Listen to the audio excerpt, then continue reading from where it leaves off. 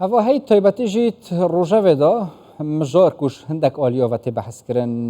مژارە پاشخستن و زێدەتریە هەڵبژارتن و دەمایەژی دیوارکریە ساڵە بێدا هەیوا دوودا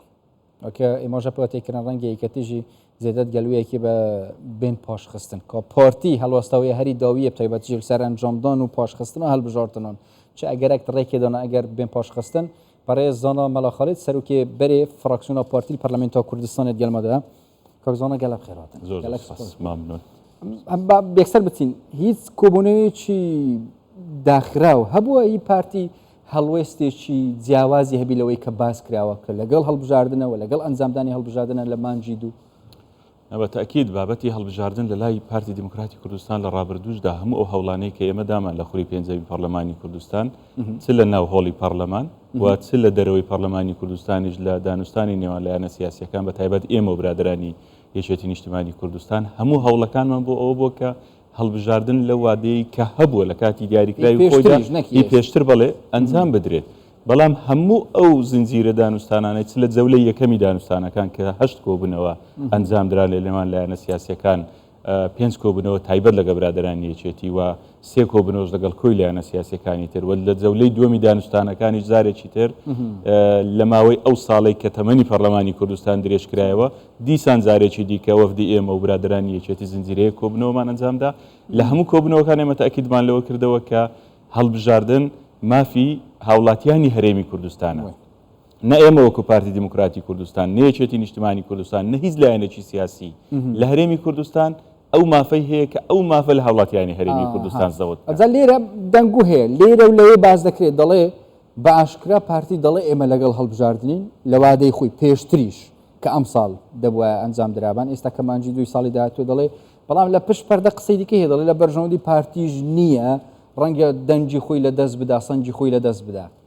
شتیوا هەیە یان پارتی ئەگەر ئەو دەنگوانە هەیە چۆن ڕەت دەکاتەوە بزانی ئێمە بە زمانێکی تۆزێک سادەتر بۆ خەڵکی کوردستان ئەو بابەتە ڕوون بکەینەوە خەڵک خۆی بڕیار بدا ئەرێ پارتی لەگەڵ هەڵبژاردنیان لایەنەکانی تر یا پارتی ڕێگرە یا لایەنەکانی تر ئێمە لە دەستپێکی مفاوەزاتمان لەگەر برادرانی یەکێتی و لەگەڵ لایەنەکانی تر ئێمە تەئەکیدمان لەوە کردەوە کە هەڵبژاردن لە وادەی دیاریکراوی خۆیدا ئەنجام بدرێ ساڵێک بەر لەوەی تەمەنی پەرلەمانی کوردستان کۆتایی پێبێ ڕێک ساڵێک بەر لەوە ینی ئێمە لە 3/11/2021 پێش وەختە حاضر بووین 3/11/2021 لەسەر داوای ئێمە لە ناو پەرلەمانی کوردستان کۆبنەوەی فراکسیۆنەکانی پەرلەمانی ئەنجامدرا بۆی ئێمە بتوانین هەڵبژاردن لە ساڵی داهاتوودا لە وادەی دیاریکراوی خۆی ئەنجام بدەین داوای یەکێتی وەلایەنەکانی تر لەسەر کاراکردنەوەی کۆمسیۆن ئەوە بوو کە کۆمسیۆنەکەی هەمانە وەکو خۆی کارا بکرێتەوە پارتی بە پێی بەرکەوتەی ئینتیخاباتی خۆی کۆمسیۆن دروست نەکە باشە ئێمە لە دوای 5 کۆبوونەوە ئێمە ڕازی بووین وەکو پارتی دیموکراتی کوردستان کە ئەو کۆمسیۆنە دروست بکەینەوە فەرمونون دەنجی پێ بدەین بۆی هەڵبژاردن بکرێت ئەو جارەیان لە دوای ئەوەی کە ئێمە ڕازی بووین لەسەرەوەی کۆمسیۆن دروست بکرێتەوە برادرانی یەکێتی و هەندێک لایەنی تریش هاوکار بوون لەگەڵیان پرۆژەیەکیان هێنا لە کۆتا ڕۆژی وەرزی یاسادانانی ساڵی 2022 کە لە لە 3/3/2022 پرۆژەیەکیان تەقدیم کرد کەمە معلومە لە کۆتا ڕۆژدا و 6 مانگێک مابی بۆ ئەوەی هەڵبژاردن ئەنجامدرێ ناتوانین تعدیلی قانونی انتخابات بکەین بۆی لەم پەر دروست بکرێت باشە ئەو کات ئێمە پرۆژەکە وەرگیرا لە مانجی 5دا ئێمە ڕامانگەیاندمان فەرمونون پەلە بکەن ئێوە دانیشتنی پەرلەمان پەگمەخەن 3 مانگ دانیشتنی پەرلەمانیان پەخست بە بڕیاری یەکێتی نیشتیمانی کوردستان سەرۆکی پەرلەمان دانیشتنی پەرلەمانی نەکرد بۆی یاساکە تعدیل نەکرێت لە پێناوی چی بۆی هەڵبژاردن ئەنجام نەدرێت ئەمە هەنگاوەکانی یەکێتی لە مانجی 6دا کە دانیشتنەکانی پەرلەمانی کوردستان دەستی پێکردەوە گوتمان فەرمونون تعدیلی ئەو پرۆژەی خۆتان تەقدیمتان کردیە بیخەنە بەرنامەی دانیشتنی پەرلەمان بۆی تعدیلی یاسای هەڵبژاردن بکەین وەکەوەی خۆتان دەتانەوێت نیان خستە دانیشتنی پەرلەمانی کوردستان پاشان هاتین بە ناچاری وادەکە کۆتایی هات بۆی هەرێمی کوردستان نەکەوێتە فەراغی یاسایی ئێمە تەمەنی پەرلەمانی کوردستانمان بۆ ماوەی 2 وەرزی یاسادانان کە ساڵێک دەکات درێژ کردەوە لە دوای ئەمە ئەوە بوو کە جەولەی دانیشتانەکانمان دەست پێ کردو لەگە برادرانی یەکێتی بۆی تعدیلی یاسای هەڵبژاردن لێرە زیاتر باسی یەکێتی دەکەی وەکو پارتی یەکێتیش لێرە نییە مەسەلەن بەڵام هەر شتێک کە داوایان کردبی وەکو ئەوان بووە دواخراوە پێک نەهێنراوە بە هەر نەوعکبی ئەی ئەم جارە پارتی چه هەوڵەکی دەدا بۆ ئەوەی لە وادەی خۆی ئەنجام بدرێ هەڵبژاردن نەک دیسان ئەوەی کە ئێستا هەوڵ دەدرێت لەلایەن یەکێتیەوە دیسان هەڵبژاردن دوا بخرێ زانی تەنها ئەوە تەواو بکەم بۆ بەڕێست و بۆ بینەرانش بۆی ڕوون بێت بابەتەکە کە ئێمە تەمەنی پەرلەمانمان درێژ کردەوە جارێکی تر داوامان لێکردن بفەرمونون ئەوەی ئێوە دەتانەوێت چییە داواکاریەکانتان لە دانوستانەکانمان برادرانی یەکێتیمان گوت ئەوان مەبەستیان بوو هەرێمی کوردستان بکرێتە چوار بازنە ئێمە ڕازی بووین مەبەستیان بوو کە کۆمسیۆن وەکو خۆی تەفعیل بکرێتەوە ئێمە ڕازی بووین بەڵام دانیشتنی پەرلەمانی کوردستانیان ئەنجام نەدەدا بۆی ئەم داواکاریانەی خۆشیان جێبەجێ بی لە پێناوی ئەوەی کە هەڵبژاردن ئەنجام نەدرێ ئەمە دروستکردنی کۆسپەکان بوو تاوای لێ دادگای ئیتیحادی بڕیاریدا کە ئەم درێژکردنەوەی وادەی پەرلەمانی کوردستان نادەستوریە کەمەش بڕیارێک بوو بەڕاستی بۆ ئەوە بوو کە هەرێمی کوردستان بکەوێتە بۆ شای یاسایی ئەگەنا بڕیار ئەمە یاسا بوو ئەمە بە بڕیار تەمەنی پەرلەمانمان درێژ نەکرد دەستی بەخدا بە یاسا بوو کە تەمەنی پەرلەمان بەردەوامی خولی پێنجەمی پەرلەمان بوو نەک بە بڕیارێک تەمەنی پەرلەمان درێژ بکەینەوە من ناچمەوە سەر ئەو بابەتە چونکە بڕیارەکانی دادگای ئیتیحادی دیارە لە دژی هەرێمی کوردستان کە بەس شێوازێکە ئەو تەفاسیلە ئەوەی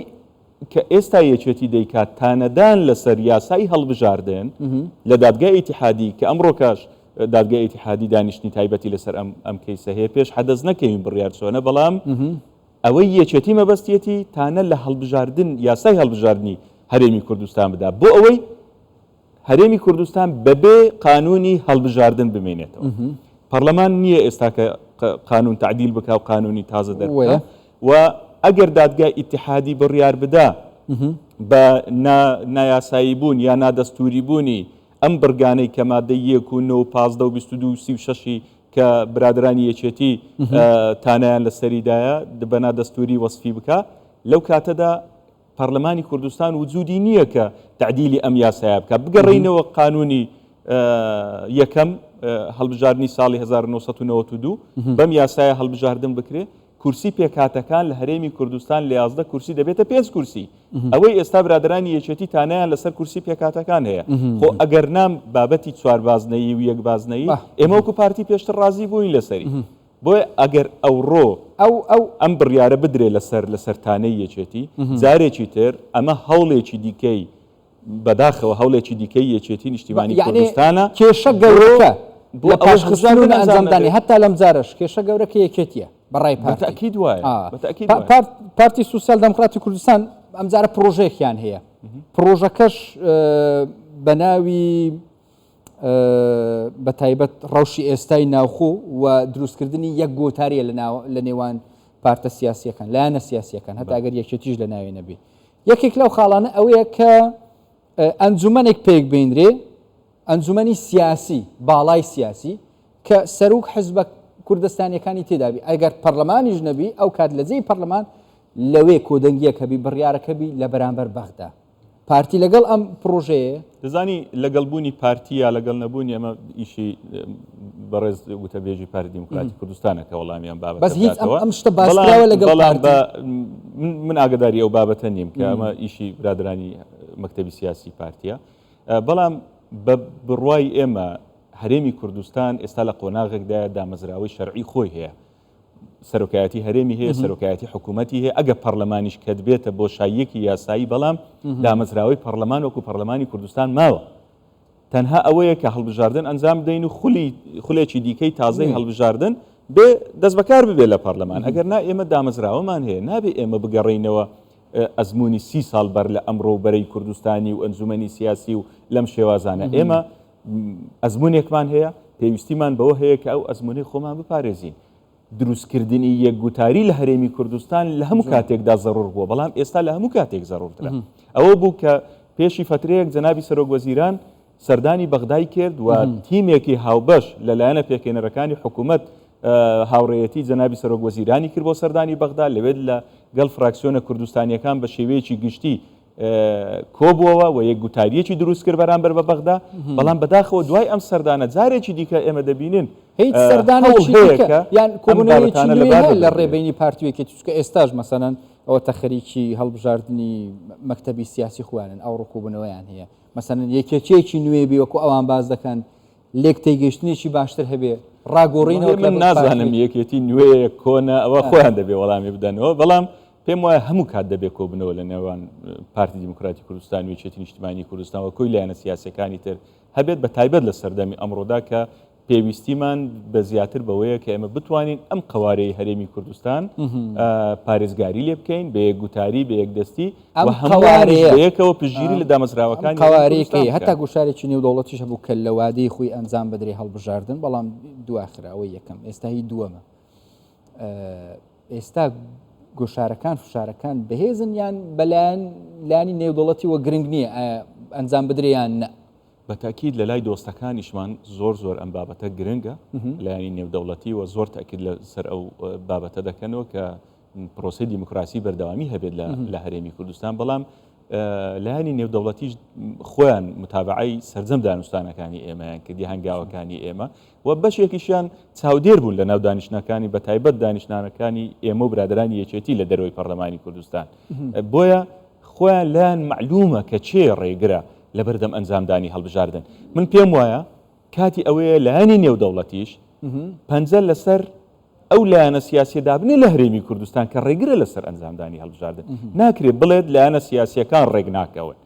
ئێمە لایەنێکی سیاسی ڕێگرانی سیاسی لە هەرێمی کوردستان ئەو یەکێتی نیشتیمانی کوردستانە ڕێگرە لەسەر ئەنجامدانی هەڵبژاردننی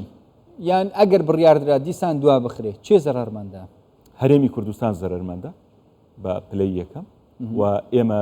دەبێ هەوڵ بدەین هەڵبژاردن چیتر دوانەخرێ و لەم وادەیە دیاری کراوە هەڵبژاردن لە هەرێمی کوردستان ئەنجام بدرێت چونکە هیچ ڕێگایەکی دیکەمان نیە جگە لە پرۆسی دیموکراسی دەستی بەغدا بەهێزتر دەبی کە تازەش زانی ئێمە دەبێ هەرێمێکی کوردستانی بەهێزمان هەبێ هەرێمی کوردستانی بەهێز بە ئەنجامدانی هەڵبژاردن دروست دەبێت هەگ ئەوەی جەنابی سەرۆک بارزانی لە یەکەم هەڵبژاردنی پەرلەمانی کوردستان لە دوای ڕاپەڕینەوە فەرمووی کە بفەرمون بە هەڵبژاردن بکەین ینی ئێستاش لە هەموو کاتێک زەڕۆتە ئەگەر یەکێتی هەڵبژاردن ئەنجام بدەین یەکەتی لەگەڵ نەبوو بەڵام کۆدەنگیەک هەیە جگەل لە یەکە چکەوە دەڵێن بەس کێشە گەورە کە یەکێتیە لەگەڵ ئەوە نییە کۆدەنگێک بینی لایەنەکان هەیە بە ئۆپۆزیسیۆنی شەوە کاکرد لە وەختی خۆی ئەنجام بدرێ دەزانی خۆی ئەمە یان لە ڕووی یاسایی وەشتێکی وا دەبێت بابەشدار نەبی بەڵێ گرفتی تعریفی ئۆپۆزیسیۆنمان هەیە جارێ ئۆپۆزیسیۆنی تەندروست لە هەرێمی کوردستان نییە وجودی نییە ئەگەر ئەو دەرگەی ئۆپۆزیسیۆنی تەندروست وجودی نییە تا بتوانێت هاوکار بێت لەم بابەتەدا ئۆپۆزیسیۆن لە ناو پەرلەمانی کوردستانیشدا لەو کاتێ ئێمە لە دانوستانیش بووین ڕۆڵێکی باشیان نەدیت بۆ ئەوەی هەڵبژاردن ئەنجام بدرێت ئەنی ئەمە نیە ئەمەی لێ ئەعلام باسی دەکەن و